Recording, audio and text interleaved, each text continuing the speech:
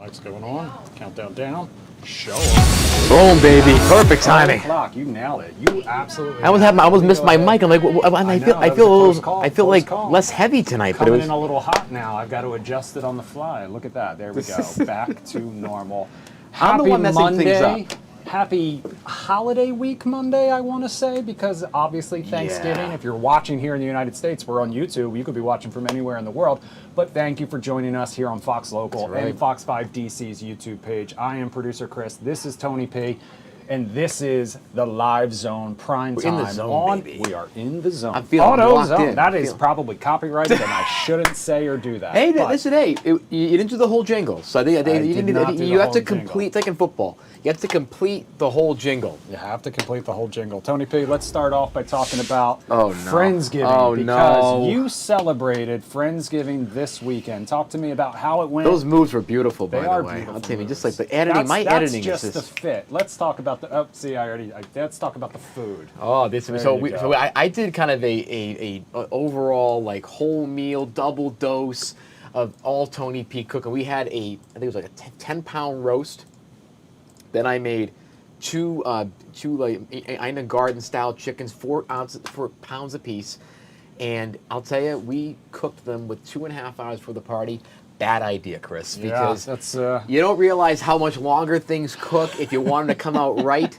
So a 6 o'clock dinner became a 7:15 dinner, which luckily we had some good sides that people were picking on, and they were doing a little bit. They were watching some planes, trains, and automobiles on the TV. A holiday classic, exactly. We kind of kept people distracted enough where it worked out well for them. But I understand. It was a truly a great event. We had a lot of great friends, and my girlfriend and I planned it, and she did most of the planning. I just sat back and watched and cooked a little bit. She did a fabulous job. She makes a great mushroom Wellington. A lot of our friends came, and it's just so nice to get everybody together.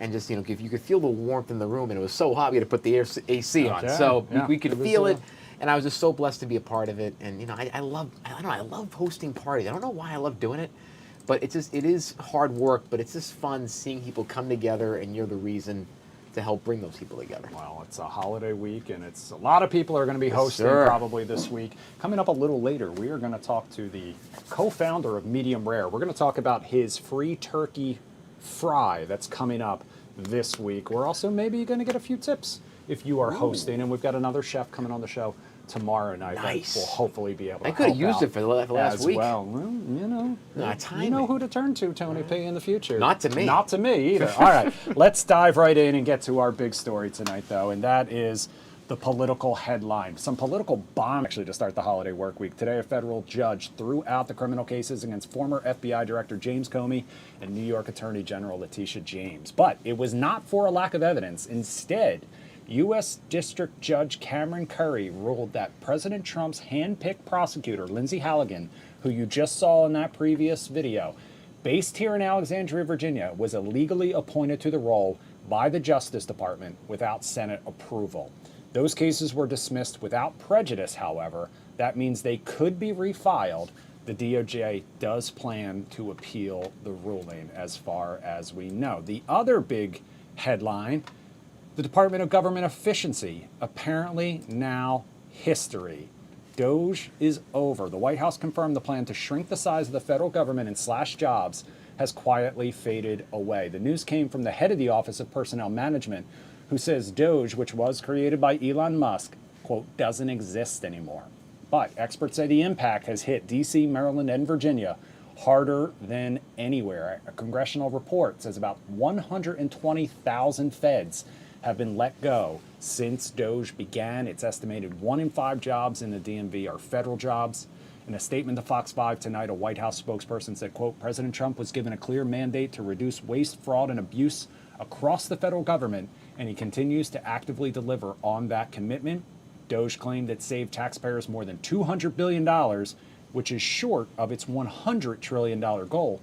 Analysts say if the White House wants to continue aggressive cost cutting, it will have to work with Congress. Tony P, this affected way more than just federal workers, too. USAID. Exactly. And a lot of international programs overseas, and a lot of that quote-unquote soft diplomacy was cut. And when you look at the budgetary numbers, USAID was not a large part of that, and there were discussions at the beginning of the administration about cuts to defense or things with some of the larger departments. You are seeing some adjustments and reorganization being done at DOE, parts of Department of Labor as well. So you could say the DOGE affect is spreading throughout the federal government, but this dedicated organization is effectively gone. And the thing is, there isn't a ton of tangible results that came out of that DOGE group. So for voters, they see tangible.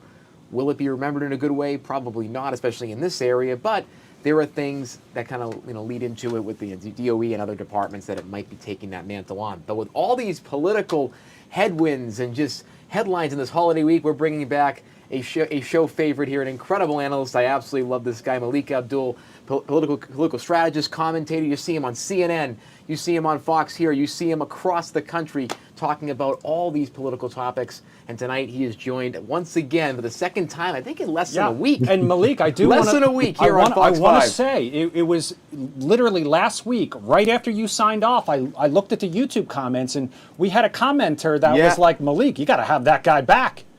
And coincidentally, his YouTube name was Malik Abdul. I didn't think you were going to do that to him. Oh my God. I wonder who that was. Oh, of course I'm going to do that to him. Thanks so much for joining us. Listen, influencers and commentators and experts like you and me, Malik, we get copied online. It couldn't have been you. But with it wasn't me. It was a bot. It was a bot. So let me ask you, my friend. So with all this stuff going on with the dismissals today of the Letitia James case as well as the James Comey case, not with prejudice, it can be refiled again. Do you think that this Comey Letitia James situation? Do you think it would be smart for the president to keep on this journey, or is this moment kind of an off-ramp for him to maybe focus on other things, conservative priorities, or things with the economy and affordability? So on the latter point, I do believe that Donald Trump ultimately has to continue to focus on why he got elected, which is those economic concerns. That's just what happened with Letitia James and Comey. I believe that if there were a situation where it couldn't be revisited, Donald Trump would probably drop it. But I'm pretty sure that Donald Trump will revisit this again. And it goes all the way back, and I won't get into the weeds on it. This whole thing kind of goes back to the Russiagate investigation against Donald Trump. And so you had McCabe made some comments, or at least leaked actually some information. I believe it was to the Wall Street Journal. And there was some discrepancy because McCabe said that it was Comey who authorized the leak. And so it kind of gets into those sort of weeds. But Donald Trump will continue to push after this because, and I think in large part because of what many people feel like how the government has been was weaponized against Donald Trump. More specifically, we can talk about the case in New York City. I believe that was Alvin Bragg, the fraud, the 34 felony counts that people continue to talk about with Donald Trump. But in that particular case, it's important to note that it's not as if the federal government pursued charges against Donald Trump. They actually declined to pursue federal election violations, FEC violations against Donald Trump. It was the local prosecutor in New York City, Alvin Bragg, and similarly with Letitia James. So I think that Donald Trump felt a bit burned, but he is, for all intents and purposes, using the federal government to go after the people who ultimately went after him. But I think that he's going to take another bite at this apple. What I hope, though, for Donald Trump is that what happened with Halligan, this is Donald Trump's own doing. It's nobody's fault but Donald Trump. So maybe if he, takes another bite at this apple, he'll make sure, the administration will make sure that all of the, the I's are dotted and the T's are crossed. That just didn't happen in this case. And I think the judge actually spoke to that. Malik, can I ask you a question? Do you think the Trump administration takes some of these cases getting dismissed as a loss, or do they consider just filing the charges, getting the indictment, a victory? Well, it depends on the case. I do believe in this case with Letitia James and Comey, because it wasn't actually dismissed, meaning it could actually be, they could return to it. I do believe that they see that as a win. One of the things that Donald Trump wanted to do, and this is something that he had talked about, and if you listen to people around him, the goal was to use it to test the limits of executive authority. So it's really not just about James Comey and Letitia James. It is everything that the Trump administration is doing, where they're hoping to actually, to get a rubber stamp with the Supreme Court. So you get into what's happening, what Donald Trump wanted to do around those cuts, what they're doing around immigration, and even what they're doing when it comes to the colleges and universities, some of the things, the fights that they were having. I think that Donald Trump, he said over and over again that I believe that he wanted to test the limits of executive authority, and that's what he's doing. So it's going to be some wins there, and it's going to be some losses, but it seems as if, Donald Trump is no stranger to litigation.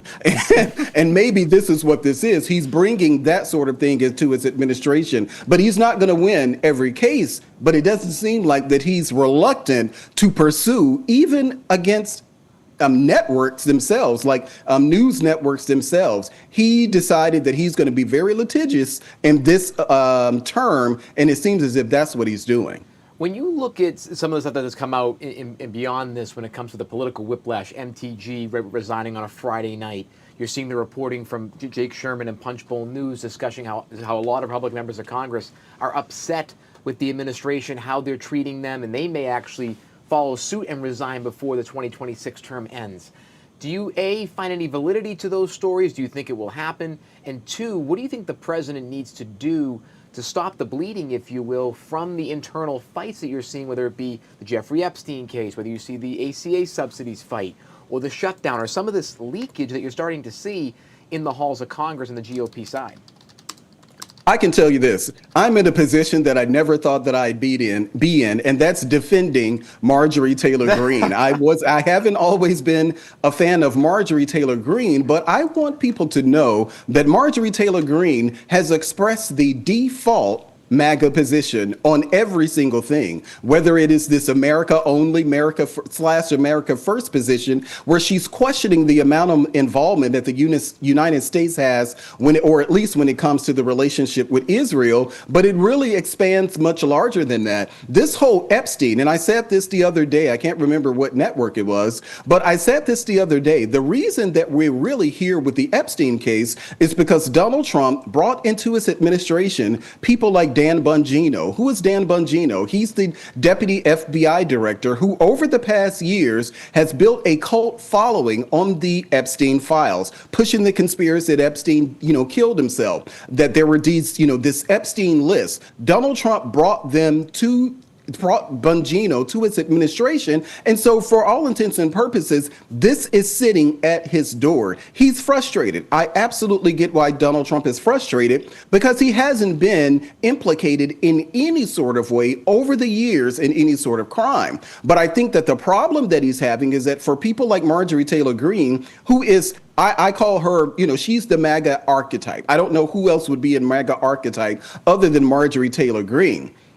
I don't think, because there was a recent poll, I think I was looking at CNN today, that Donald Trump continues to have maybe about an 87 or so % approval rating when it comes to Republicans in itself. And I think that is something that will prevent any member of Republican member of Congress who is even considering distancing themselves from Donald Trump in any serious way. It will give them pause. So I don't think that we're going to see any sort of, a lot of pushback against Donald Trump. Marjorie Taylor probably in this case is, a party of one, but you can include Thomas Massie and also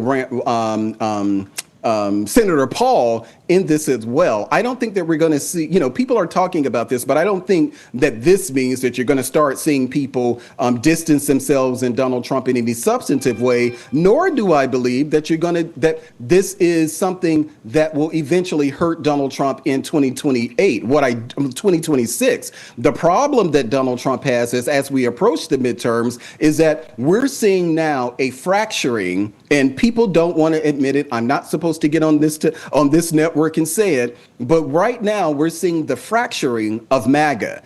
people don't want to admit that, but that is exactly what's happening. And with Marjorie Taylor Greene saying that she's going to retire in January, I think that that is something for the administration to be concerned about, because momentum is what will drive people to the polls during the midterms. And as we just saw with this past election cycle, I was just on here talking about it, what happened in Virginia, New York, and New Jersey. That's going to be on a much larger scale in 2026. And I think Donald Trump really going after members of Congress, especially an ally like Marjorie Taylor Greene, I do believe that that is something that will be a factor in the midterm elections. It is definitely an interesting time where things are starting to simmer, like trying to get that one message, keep everybody together. It's kind of like keeping a whole classroom together almost, Malik. But Malik, you are the one who can always just siphon this and make it easy for us to understand. Thank you so much for joining us, as always, to really take on the toughest questions. I always come to you with the hardest questions, with all like the stuff mashed together, and you make it so easy, my friend. Thank you so much for joining us and for being just glad to be back. Basically our contributor now for us, basically, on every week. Again, we hope you may want to tell your bosses that. Tell them that right there.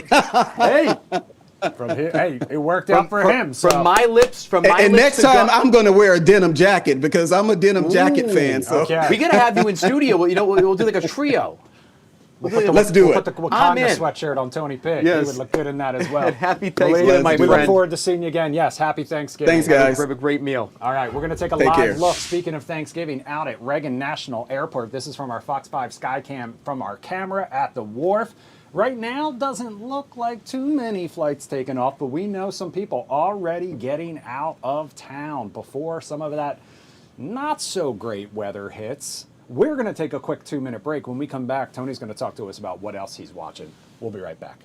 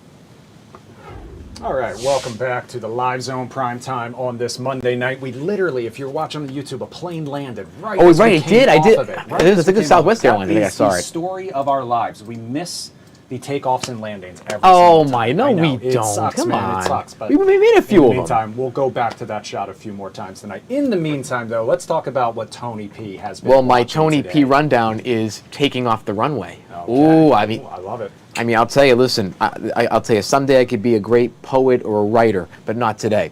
Starting off, we're going to the Pentagon tonight because the Pentagon has opened a formal inquiry into Arizona Senator Mark Kelly after he appeared in a public service announcement video telling military members they have the right to refuse illegal orders. This video was published on YouTube and part of the Democratic response as well. Defense officials say they are reviewing whether his message could undermine discipline in the ranks or conflict with the Uniform Code of Military Justice. President Trump has called the video sedition, raising the stakes around the investigation itself. Beyond the scenes on Capitol Hill today, Punchbowl News reports that a number of House Republicans are privately considering resigning before their terms end. Members say they are increasingly frustrated with what they describe as tense interactions and poor communication with the White House team. Some aides warn that an early wave of departures could further complicate the party's already narrow majority heading into next year. The administration is preparing to open direct talks with Venezuelan President Nicolas Maduro about U.S. counter-narcotic strikes in the region. According to Axios, the White House believes a face-to-face conversation may help ease tensions as the Pentagon expands operations targeting drug trafficking networks linked to Maduro's government. Officials say the president is willing to engage diplomatically if Venezuela acknowledges those ongoing missions. At the White House today, the president launched the Genesis Mission, a national initiative designed to accelerate breakthrough artificial intelligence research by bringing federal labs, private companies, and universities into one coordinated effort. Senior officials are comparing it to a modern Apollo project aimed at protecting long-term American leadership in emerging technologies. Medicare officials today announced that the standard monthly premium for Part B will rise to just over $200 next year, nearly a 10% increase. The deductible will also rise. Analysts say the higher premium will likely take up a third of the average Social Security cost of living adjustment next year. Also, the country's remembering Viola Ford Fletcher today, one of the final survivors of the 1921 Tulsa Race Massacre. She passed away at the age of 111 today. Fletcher spent her later years advocating for truth, remembrance, and justice, and her voice became one of the most powerful reminders of what happened in Tulsa more than a century ago. Turning to the business world, Chipotle Mexican Grill announced a Thanksgiving Eve promotion aimed at younger diners returning home for the holiday. On Wednesday evening, customers who buy one entree will receive a second one free in store. The company is also offering free delivery during Cyber Weekend and a discounted build-your-own-family meal through its app. I'll tell you, a lot of people on Wednesday night will be utilizing that deal for Chipotle after going out all night. But that being said, in the entertainment world, Page Six reports that Kylie Jenner is very excited for Timothée Chalamet to join her family for Thanksgiving this year after he is wrapped filming abroad. Sources say the holiday visit marks an important step for the couple as they balance long-distance work schedules with their relationship. Extra TV also reported that Jennifer Lopez and Ben Affleck were seen together in Los Angeles on Sunday having lunch with their children. Their appearance comes after a stretch of tabloid speculation and quickly reignited interest in where the couple might stand relationship-wise. All speculation, though, nothing confirmed. And finally tonight on social media, the Great Lock-In is one of the fastest-growing trends of the internet this week.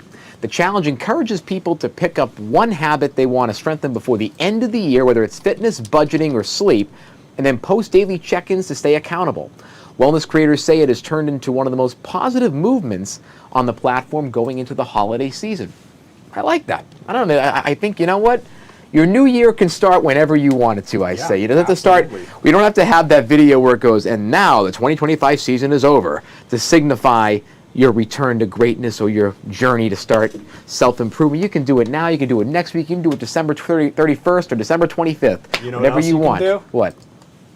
Oh, man, I was really confident that was going to play. Oh, what? I thought that was going to play. Oh, sing? You can do it if you really want. One thing I did want to mention is the music world is mourning Jimmy Cliff. That's if you right. don't know, he passed away at the age of 81, famous for songs like You Can Get It If You Really Want, You Must Try. And this one, let me see if the audio works on this one, Tony P.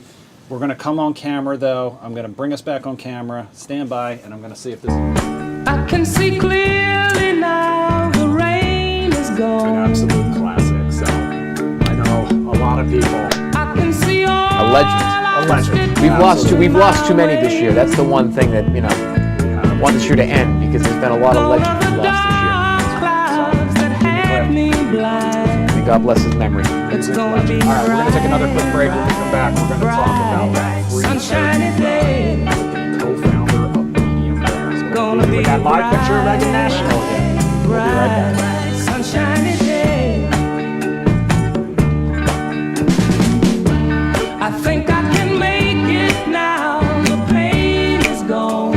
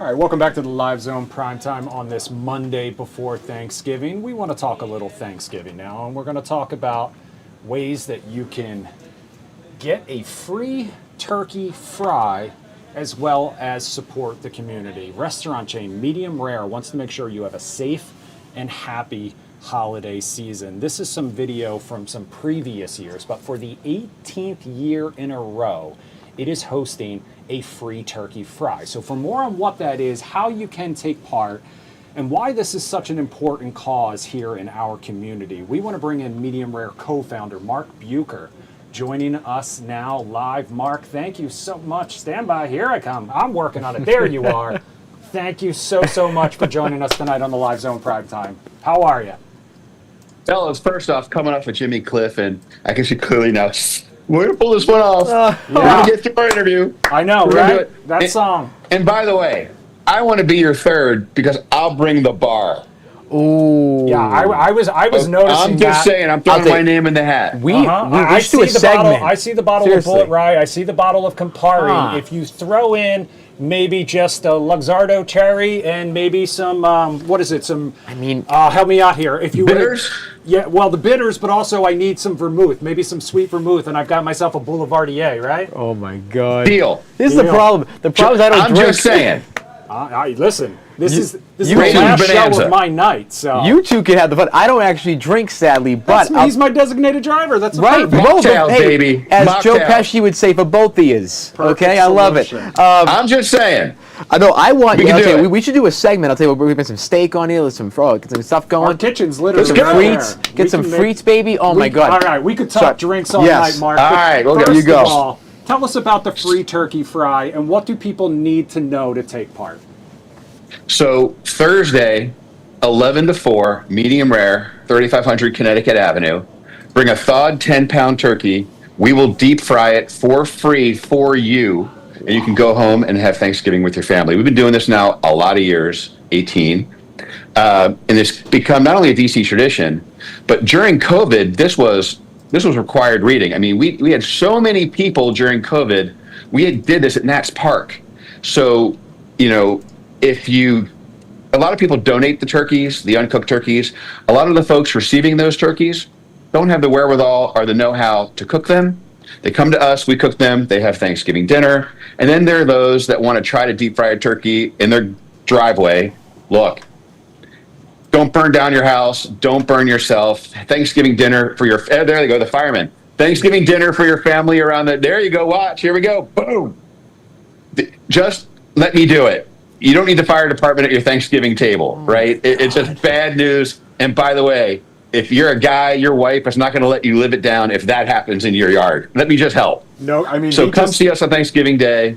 We got you covered. That is and so cool. it's awesome. Oh my he God. just hosted his Friendsgiving, and Thank God I didn't do that. If it had gone that way, we would not have showed the video off the top No, of the show. I Let's would put it probably that not way. be here. But let me. I imagine thinking that in my apartment. No good. But let me ask you this. So when people do this when they deep fry their turkeys and they do it at home and they make that little boo-boo as we just saw before, what do you think is the biggest mistake that people make when they do this? Again, for anybody that's out there. Three things. Look, too much oil is the problem. I always say, if you're going to do it at home, fill it 4 inches below the max fill line on that pot. Yeah. Fry no hotter than 350 degrees. 2, your turkey has got to be completely thawed out. If it's got ice in the middle, that water is going to make all that oil boil out and ignite. Completely thawed, completely emptied. I would honestly even let it get to room temperature before you dropped it in the fryer. And then you got to go really slow. So, Mark, couple things. A, you get a couple hundred people in line before this event even officially starts. And B, you've been doing this for 18 years, but there's something new this year because you're expanding beyond Cleveland Park and DC. Right. So over the past 5 years, Medium Rare has been blessed to be expanding across the country. We've been taking born and bred in DC, and we're going out around the country. So we're now doing this in Boston, New York, Houston. I'm sorry, Boston, Dallas, Houston, DC. And, you know, we love doing this. We've always given back to the community. We do this. We do our Feed the Fridge initiative, which provides restaurant quality meals every day throughout the year to anyone who's hungry. We're delivering over 3,000 Thanksgiving meals a day starting tomorrow to homebound seniors that don't get out. Thanksgiving, there it is. Thanksgiving is a really hard meal to make for one person. It's also quite lonely when you're alone. So we have elementary school kids making cards. We deliver the meals to everybody, and we make sure that everyone's got a Thanksgiving. And by the way, come out and hang with us on Thursday. Look, you want a turkey to fry, you bring a turkey to fry. And if you want a place to hang on Thanksgiving and you don't want to be alone, come hang with us. The parade's on, the bar's open, and there's hundreds of people coming by. And it's one of these amazing days throughout the year. Nobody is on their phone. No one's office is calling. No one's got any papers due. People are just talking to each other. And these are families that have been seeing each other now for 18 years. Kids that came to see us when they're 5 are out of college, maybe even getting married. So it's an incredible tradition. It's incredible community. It's what we do at Medium Rare. We love being a part of this, and we love to build this in the other cities we're doing it in now. And also, if you can, support Feed the Fridge at feedthefridge.org. All this takes money, and we're happy to put it all together for everybody. With all this incredible success you've had in over the years, congratulations, by the way, on expanding to Boston, my hometown. I absolutely love that. Like, what do you think, again, the restaurant industry is not easy to stay in, it's not easy to grow and build. What have been your 2 or 3 keys to success as you have built this business and you've created community here in DC and around the country? Well, me and my business partner, Tom, have a simple philosophy. Keep it simple. And we don't fall into the traps. We don't fall into the fads. Our menu is straight down the American palate, meat and potatoes. We do it consistently. Our menu hasn't changed. Our recipes haven't changed. Our portions haven't changed since the day we've opened the restaurant. And our people haven't changed. Our managers and servers in that first year are now running other restaurants in our system. We just treat people right. We provide jobs people want to have, not need. And we provide careers. And we really build an environment of fun, friendly neighborhood, and we're committed to it. We don't just talk about supporting the community, because there's lots of companies that have good intentions and they want to feel good. But I challenge everybody, if you want to feel good, you need to do good.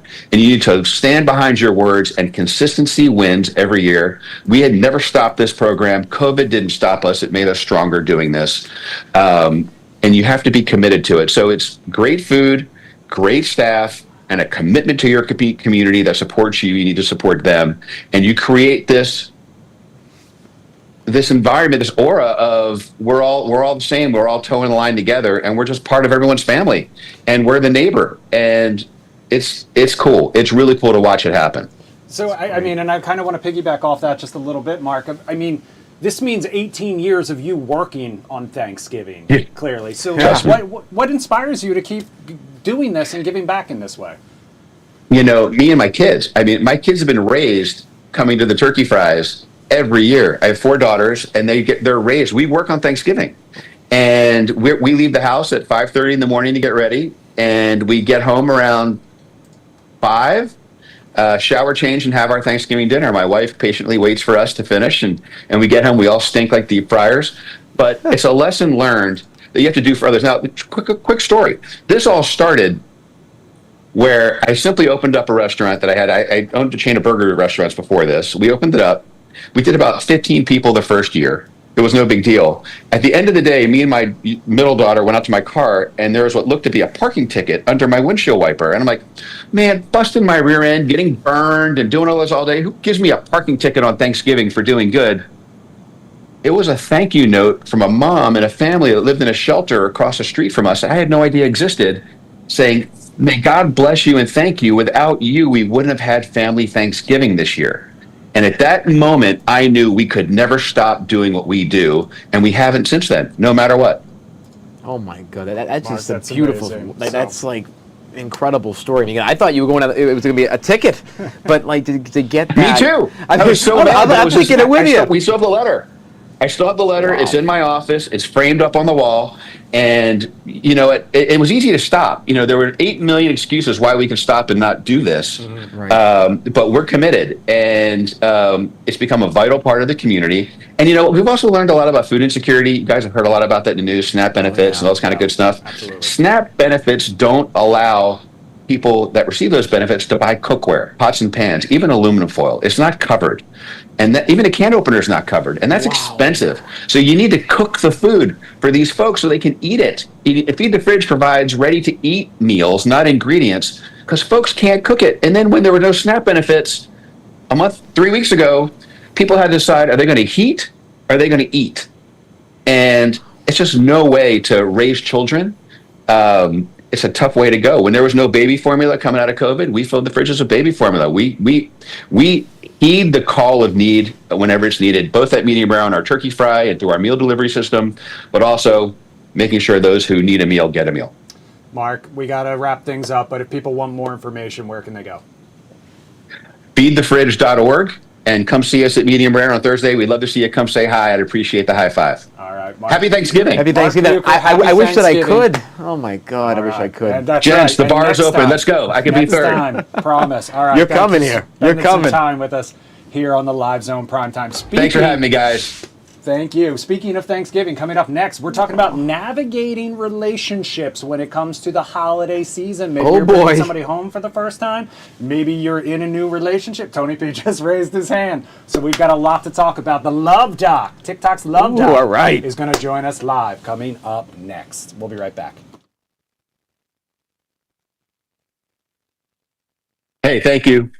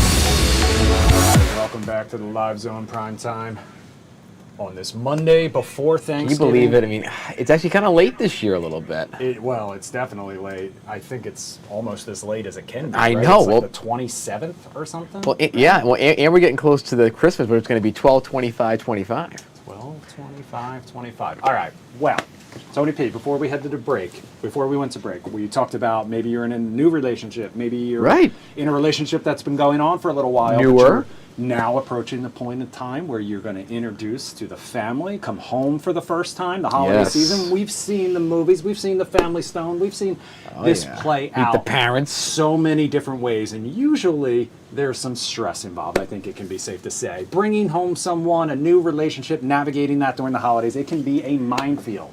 If you're single, it doesn't mean you're off the hook though, because then you get peppered with those questions like, Right. how's the love life, or how's the lack of a love life? yeah. And maybe you don't want to have that conversation with your uncle, grandma, mom, dad again at the dinner Yes. table. So They're very opinionated. we wanted to talk about ways to kind of navigate this sensitive topic, and we brought in an expert for this. We are talking about Dr. Sarah Hensley. She's a psychologist. She's a social media star with more than 1 million followers on TikTok. Wow. She joins us now live, the Love Doc, to talk about All right. the holiday season, relationships. First and foremost, thank you so much for joining us. Why is the holiday season just such a, instantly everything can be perfect, and then you throw the holiday season into it, and all of a sudden everything just goes to hell? Yes, I think there's a lot of expectation that comes with holidays that we sort of put on our plate before the holiday even begins. And, stressful holidays are not fun to navigate. And especially if you're in a new relationship, there can be a lot of extra pressure for how you're going to show up for that person, how they're going to view your family, how your family is going to view them. So I think just coming in with a lot of expectation is really difficult to navigate for most people. When you're bringing someone home to meet the family for the first time, if they might be traveling across different states, and you want it to be as smooth as possible, what should the conversation be between the both partners before this happens as to what should be talked about, what should the expectations be, like what should that conversation look like before you go home and introduce that partner to one side of the family per se? Yeah, I think it's important to have an honest conversation, a little bit about what your family's like so they know what to expect, so they're not just walking in blind. If you have an uncle that tends to be outspoken and makes people uncomfortable, warn your partner beforehand. I think it's also important to have a conversation that's honest about what kind of environment you're walking into and how you guys can support each other in that environment. So if it's a large family in a very busy environment, be upfront that, hey, I'm going to be pulled in a lot of different directions, so just go with the flow, hang with me, and everything will be okay. Or if it's going to be a small, intimate gathering, just know that you might be on the spotlight for some questions. So really having that conversation in pure honesty of what it's like to be around your family so your partner knows what to expect is particularly important. And they'll do the flip side of this. So what should the one partner or both partners, if they're in the same region, be telling the parents to make sure that they provide a warm and, I would say, welcoming environment for the girlfriend or boyfriend, whoever it is? That doesn't turn into an interrogation. Right. Yeah, so, just set your boundaries with your parents. It's important that grown children have appropriate boundaries with their parents. If your parents tend to push a little bit and pry a little bit, say, hey, mom, dad, I would really appreciate it if you just kind of let her or let him off the hook here and just allow them to open up and, don't pry. You just really set the expectation with your parents as well. And if they do, when you get there, maybe turn the corner with them a little bit and pull them off to the side and say, hey, can we go a little bit slower here? He or she's feeling a little bit overwhelmed. Just be honest and set your boundaries. So now let's say you're single, maybe chronically single. Maybe you have different, short-term relationships, and there are a lot of questions about when you're going to settle down, why you are the last to get married, etc. Yeah. How do you kind of navigate those sort of situations with your family? Yeah, I don't think you owe anybody an explanation about your love life once you're an adult. So if you, feel uncomfortable with what somebody's asking, you can just say, hey, I'd rather not talk about it, or, hey, everything's great, thanks for asking. You don't have to go into detail. You don't owe anybody detailed explanations about your love life. You're allowed to keep that private. So you can essentially just kind of blow off the question and change the subject. That's perfectly okay. And if you're single during this time, whether chronically or you're getting out of a relationship or in a lot of short-term, like non-committal relationships, what advice would you give to people to mitigate the overall blues of maybe the Thanksgiving and Christmas seasons when you see all the rom-coms and the holiday movies where it's all about couples or finding love? What would you say to people to mitigate that?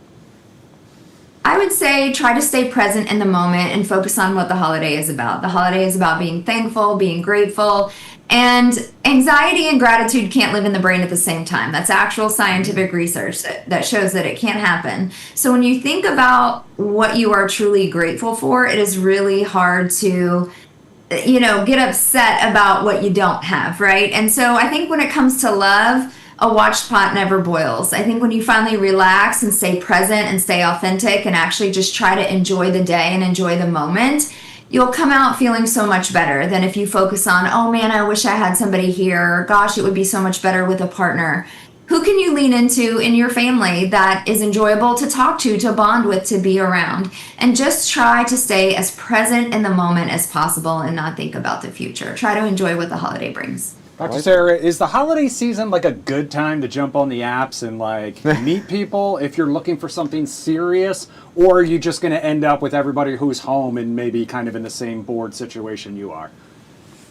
Yeah, I do think the holidays are a little bit of a riskier time just because people get, sentimental and feel extra lonely. And so they might be jumping into something a little bit too soon that maybe they're not ready for, just to try to mitigate their loneliness. So you have to be a little bit extra cautious. But in general, my advice is always attach slowly. People don't tend to show you who they are until a few months go by in terms of, their attachment insecurities or bad habits or red flags. So just attach slowly. Just think about maybe meeting somebody new, grabbing a cup of hot chocolate or some coffee, and just taking it slow. You do not need to put any extra pressure on yourself during the holidays. The holidays can be stressful enough, trying to find gifts and, going to holiday parties and all of those things. So just focus on slowing down as much as possible. And if something's going to happen, it's going to happen. It doesn't need to be rushed just because there's an event coming up or a holiday coming up. We want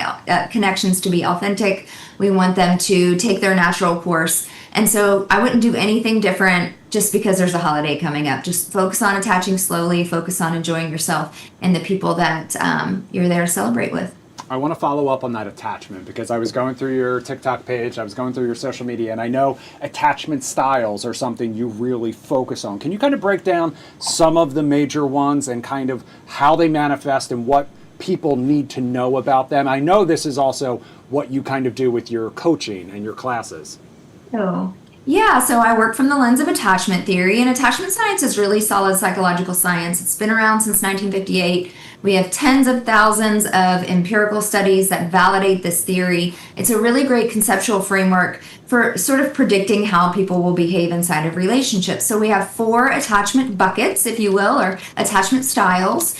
And we have one secure style, and that is what we all sort of should strive to be. Secure individuals generally do really well in relationships. They can feel their feelings, talk about their feelings. They have a normal amount of independence, but also strive for interdependence in relationships. They set healthy boundaries, and they generally are good at meeting other people's needs as well as meeting their own needs. And then we have those that struggle a little bit more. We have those more on the anxious end of the spectrum. We call those the anxious preoccupied. They tend to be a little more codependent, a little more needy and clingy inside of relationships. They tend to have, a lot of needs, and they want all the love languages. They don't have just one that they want them all. And they can unintentionally push their partners away with their big needs. And so, anxious folks need to realize that attaching slowly is important, and that not getting your worth and validation from being in a relationship, we need to get our worth and validation from inside of ourselves. So anxious attachers really need to work on being able to soothe their own nervous system and meet their own needs outside of a relationship instead of only relying on their partner to meet their needs for them. And then we have the opposite end. We have the avoidant folks. And the people that stay sort of on the avoidant end, we tend to call those the dismissive avoidants. And they tend to be, actually, they can kind of come in strong in the beginning. So that's why we attach slowly, because they do a fade away over time. A lot of times around that 4 to 6 month mark, they start getting triggered by the commitment and the expectation in relationships. And navigating conflict is very difficult for them because they struggle to be emotionally vulnerable. They also tend to struggle taking criticism. So some of your beginner red flags for the dismissive avoidant are starting to get inconsistent in the communication over time, struggling to repair conflict. Those folks need to really work on being able to state their needs, being emotionally vulnerable, not feeling like they have to be stoic all the time, but sharing things with their partner and being more effortful after the 4 to 6 month mark. That's when, like I said, they tend to drop off. And then we have what we call the mixed type, or what we call the fearful avoidance. So they have both anxiety and avoidance, and they can flip-flop from being somebody who's really anxious and needy to somebody who withdraws and creates a lot of distance and a lot of isolation in the relationship. So they tend to have trauma from their past that can really creep up, and they can be very sensitive to other people's emotional reactions or people misperceiving them. They really strive to be understood in relationships. And so they can kind of bounce back and forth between being anxious and avoidant, trying to maximize connection while minimize getting hurt. So they can create a real push-pull inside of relationships.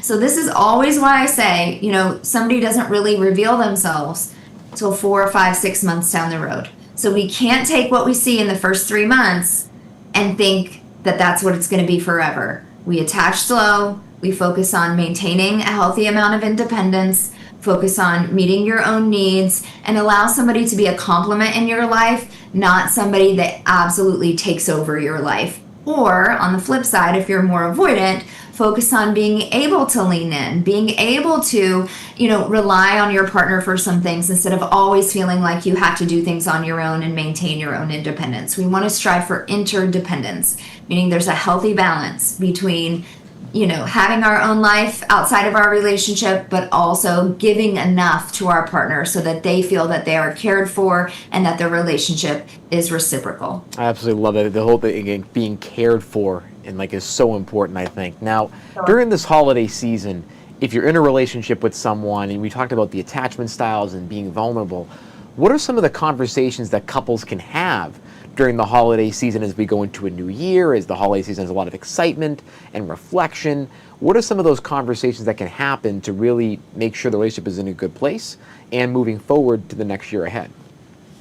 Absolutely. So if the relationship is struggling, you want to make sure that you guys are having conversations, not just about what you don't like about the other person or what you want the other person to do differently, but make it a collaboration around, hey, it seems like we're struggling here. And I know we both have needs and we both want this relationship to thrive. So where can we get intervention or assistance that is going to help us have a healthier relationship? And I really tell people to make sure when they choose intervention, that intervention revolves around capacity building. Because a lot of people just, they go into interventions and they just end up fighting more and it doesn't work out so well for them. We need to focus on actually getting tools to help us learn to be more vulnerable or learn to meet our own needs instead of always relying on our partner. That capacity lives within our nervous system. So the work we have to do really involves work we have to do ourselves on our own nervous system to be able to regulate enough to have difficult conversations or navigate through conflict. I think it's important that partners, evaluate their relationship going into the new year. Should we take the steps to get intervention? Or, are these little hiccups that we can just sit down and sort of hash out between us? I think we have relationships that can do that. Then we have relationships that just need assistance or they're not going to be able to get there because their attachment wounds are going to trigger them and those conversations get too difficult. And then we have people that either get reactive or shut down and then they can't ever truly repair. So if that's your relationship, make a pact with your partner that you guys are going to go seek out intervention that is going to be focused on regulation and being able to reciprocate appropriately with your partner and really navigate conflict well. That is, so beautifully said. Again, just breaking it down so easily because, again, people don't know what, whether it be with, going for Thanksgiving or Christmas with a partner or to just having the internal stuff. This is so helpful to kind of go under the hood a little bit. Under the hood. Dr. Sarah, if people want to learn more about what you do, if they want to follow you, if they want to subscribe, if they want to learn from you, tell them how they can do it. Yes, please check out my podcast, the Love Doc Podcast. We're on all places you can find podcasts. You can check out my website, thelovedoc.com, if you're interested in my coaching services. And you can check me out on just about every social media platform under Dr. Sarah Hensley, Love Doc.